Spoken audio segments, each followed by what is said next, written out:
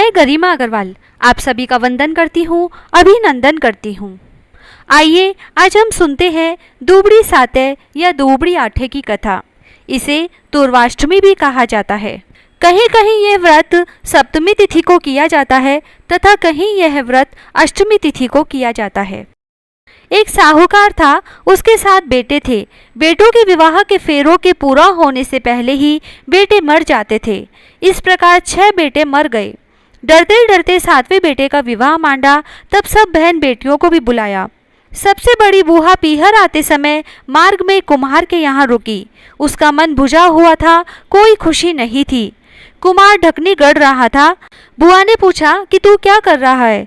वह बोला कि गांव के साहूकार के बेटे का विवाह है, उसी के लिए ढाकनी गढ़ रहा हूँ, पर उसका बेटा मर जाएगा।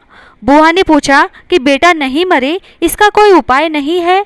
कुम्हार ने बताया कि यदि बींद की कोई बूहा दुबड़ी साते का व्रत करे, ठंडा खाए, कांटा फांसे, बींद के सारे नेग उल्टा कर गालियां देती रहे, फेरे के समय कच्चा दूध और तात का फंदा लेकर बैठ जाए, आधे फेरे होने के बाद एक सांप बींद को डसने आएगा, तब उसके सामने कच्चे दूध का करवा रख दे।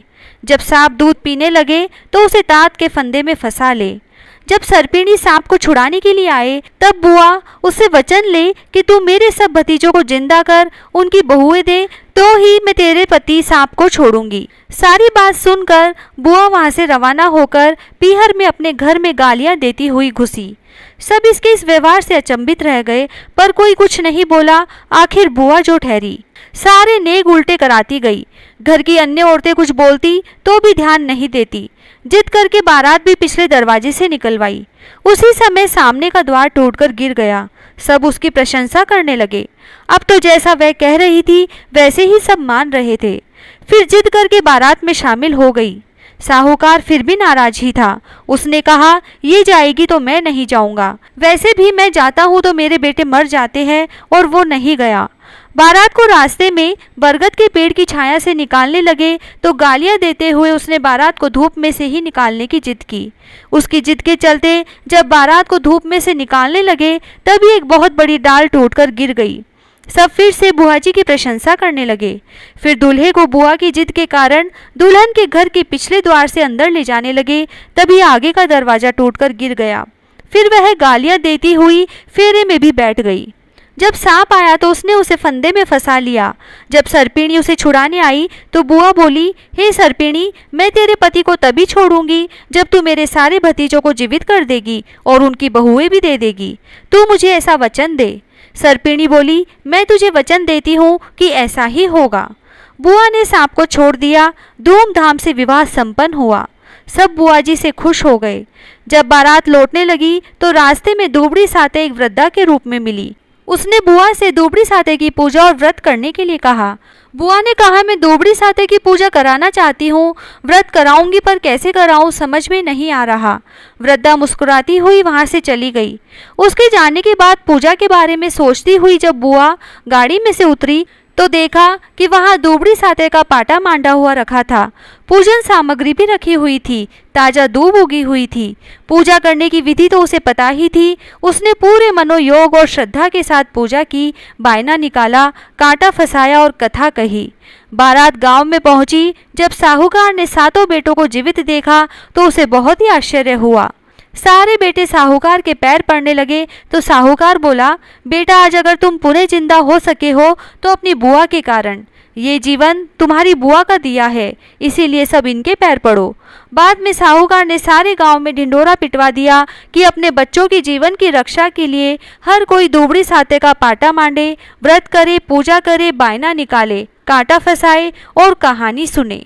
दुबड़ी मैया की जय। बिंदायक जी की कहानी। एक ब्राह्मण था। वो प्रतिदिन सुबह नदी पर स्नान करके आता और गणपति की पूजा करता था। ब्राह्मण को इससे चिढ़ होती थी। एक दिन उसने जब ब्राह्मण नदी पर गया हुआ था तब गणपति की प्रतिमा को छुपा दिया। ब्राह्मण स्नान कर लौटा और प्रतिमा के लिए पूछा तो उसने नहीं दी। ब्राह्मणी बोली, मैं दिन भर खटती रहती हूँ और तुम निखट्टू पूजा पाठ के बहाने आराम फरमाते रहते हो। ब्राह्मण बोला, तू कुछ भी कर ले, मैं तो मेरे गणपति की पूजा किए बिना अन्न का एक दाना भी मुंह में नहीं डालूंगा। उन दोनों की नोकझोंक देखकर गणपति की प्रतिमा हंसने लगी। ब्राह्मणी को गणेश जी को हंसता हुआ देखकर और गुस्सा आ गया। वो बोली, वो पड़ी तुम्हारी मूर्ति।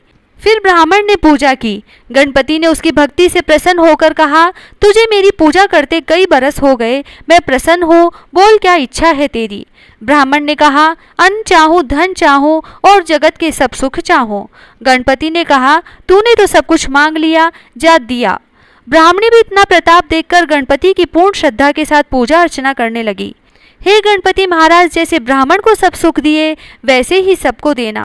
विश्राम देवता की कहानी। विश्राम देवता किसी गांव में एक भाटका व एक जाटका रहता था।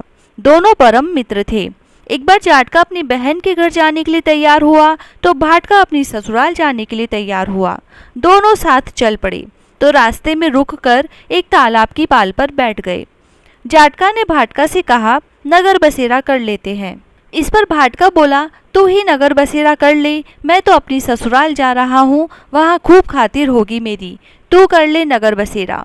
जाटका वहीं तालाब की पाल पर बैठ पानी की घंटी और चावल की पोटली लेकर नगर बसेरा करने लगा।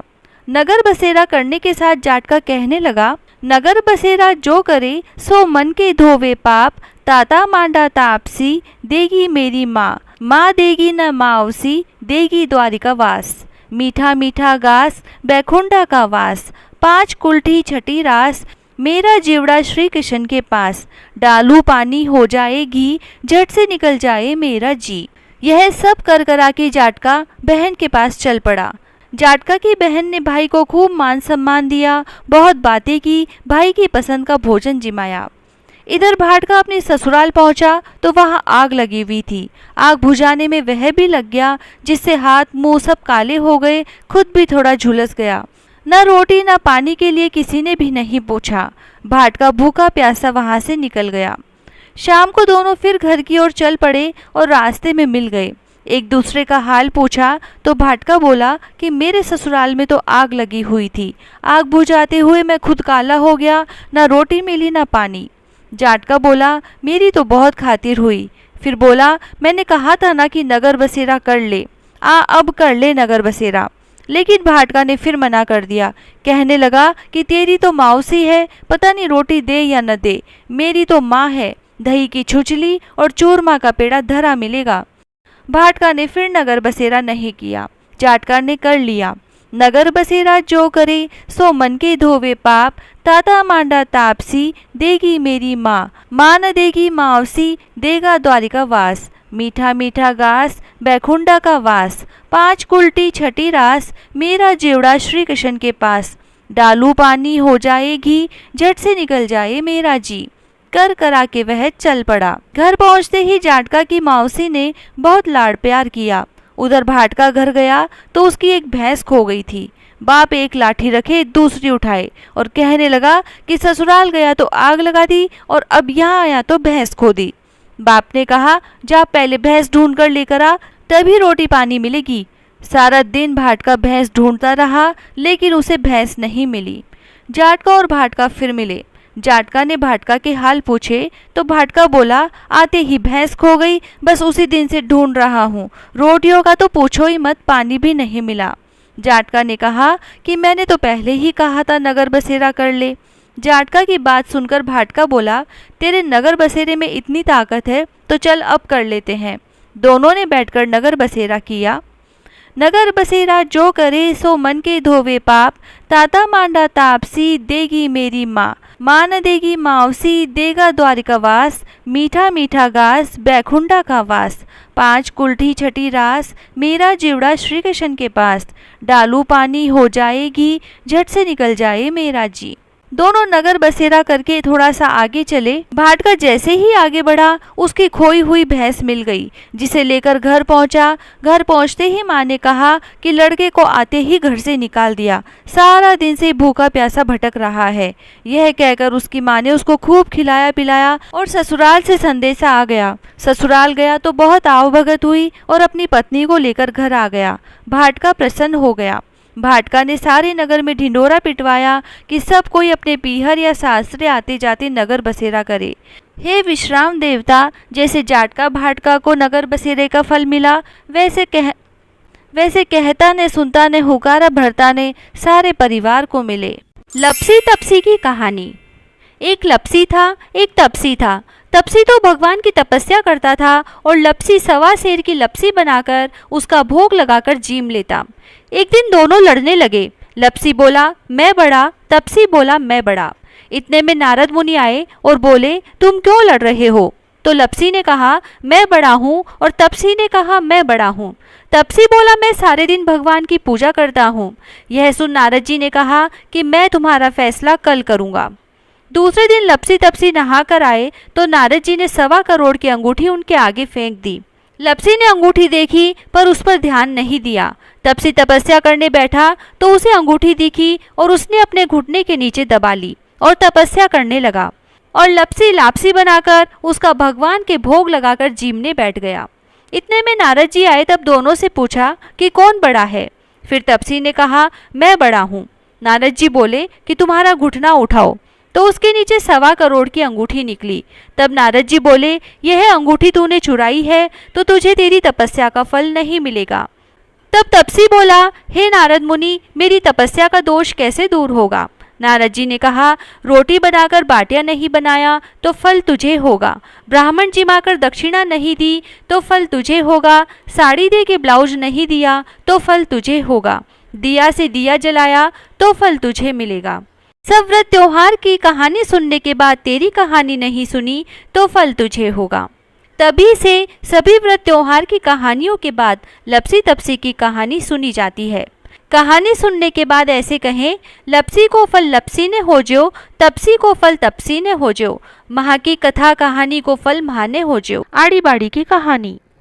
आड़ी बाड़ी सोना की बाड़ी जी में बैठी कान कुमारी काई मांगे 33 कोटि देवी देवता की।